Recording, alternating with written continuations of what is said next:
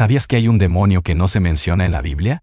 Es posible que haya entidades demoníacas que, aunque no aparecen en el texto bíblico, sean parte de nuestra realidad espiritual, o se trata de figuras creadas por la tradición, la cultura popular o incluso la imaginación humana.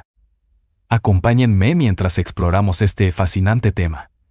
Primero, es importante entender qué dice la Biblia sobre los demonios. El término demonio proviene del griego daimon, que originalmente no tenía una connotación maligna. Sin embargo, en la Biblia, se usa para referirse a seres espirituales caídos que se rebelaron contra Dios bajo el liderazgo de Satanás. En el Nuevo Testamento, los demonios son mencionados como entidades que poseen a las personas y causan daño, como en los Evangelios donde Jesús expulsa a los demonios, restaurando la salud física y espiritual de los poseídos. Por ejemplo, en Marcos capítulo 5 versículos del 1 al 20, se narra la historia del endemoniado de Gerasa, un hombre poseído por una legión de demonios que atormentaban su vida. Jesús, con su autoridad divina, los expulsa, liberando al hombre de su esclavitud espiritual.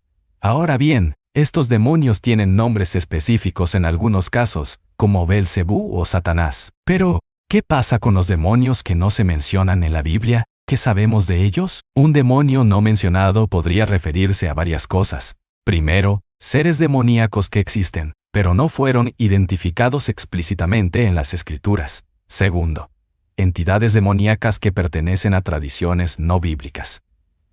Y tercero, creaciones culturales o literarias que las personas han asociado con el mal a lo largo del tiempo. Por ejemplo, la Biblia nunca menciona a Lilith como un demonio, aunque en ciertas tradiciones judías posteriores se la describe como un espíritu maligno. Esto nos lleva a explorar la diferencia entre el canon bíblico y las tradiciones extracanónicas.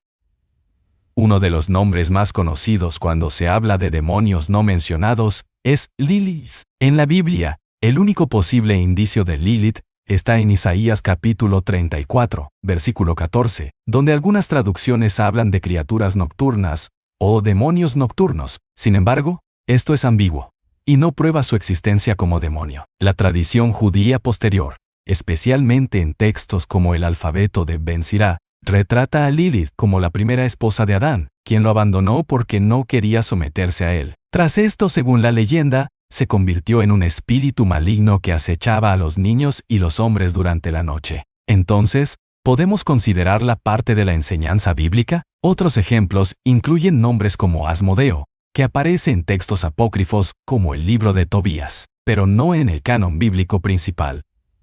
A lo largo de la historia, las culturas han creado nombres y características para demonios, basándose en temores, supersticiones y necesidades de explicar lo inexplicable. La demonología medieval, por ejemplo, asignaba jerarquías y nombres a los demonios, muchos de los cuales no tienen origen bíblico. Por ejemplo, los textos de grimorios como el libro de San Cipriano o el diccionario infernal de Colin de Plancy enumeran demonios como Belfegor, Astaroth y muchos más, pero ninguno de estos nombres aparece en las Escrituras.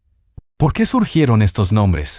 Algunos creen que fue para categorizar el mal y darle una forma comprensible. Otros argumentan que fue el resultado de combinar tradiciones paganas con el cristianismo. Esto nos lleva a una pregunta importante.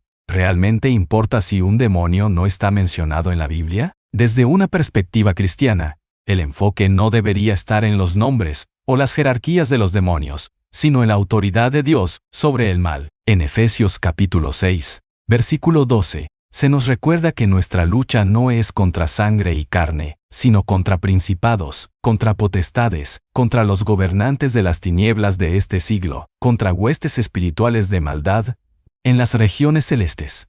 La Biblia deja claro que nuestra batalla es espiritual y que debemos confiar en la protección y la autoridad de Cristo, no en el conocimiento detallado de cada entidad demoníaca. Para concluir, es importante recordar que, aunque algunas tradiciones y culturas mencionen demonios no presentes en la Biblia, nuestra base como creyentes debe ser siempre la palabra de Dios. Si bien puede ser interesante explorar estas historias y figuras, debemos ser cautelosos para no darles más poder o importancia de la que realmente tienen. Al final, lo que importa es vivir en obediencia a Dios, fortalecernos en la fe y resistir al mal con las herramientas que Él nos ha dado.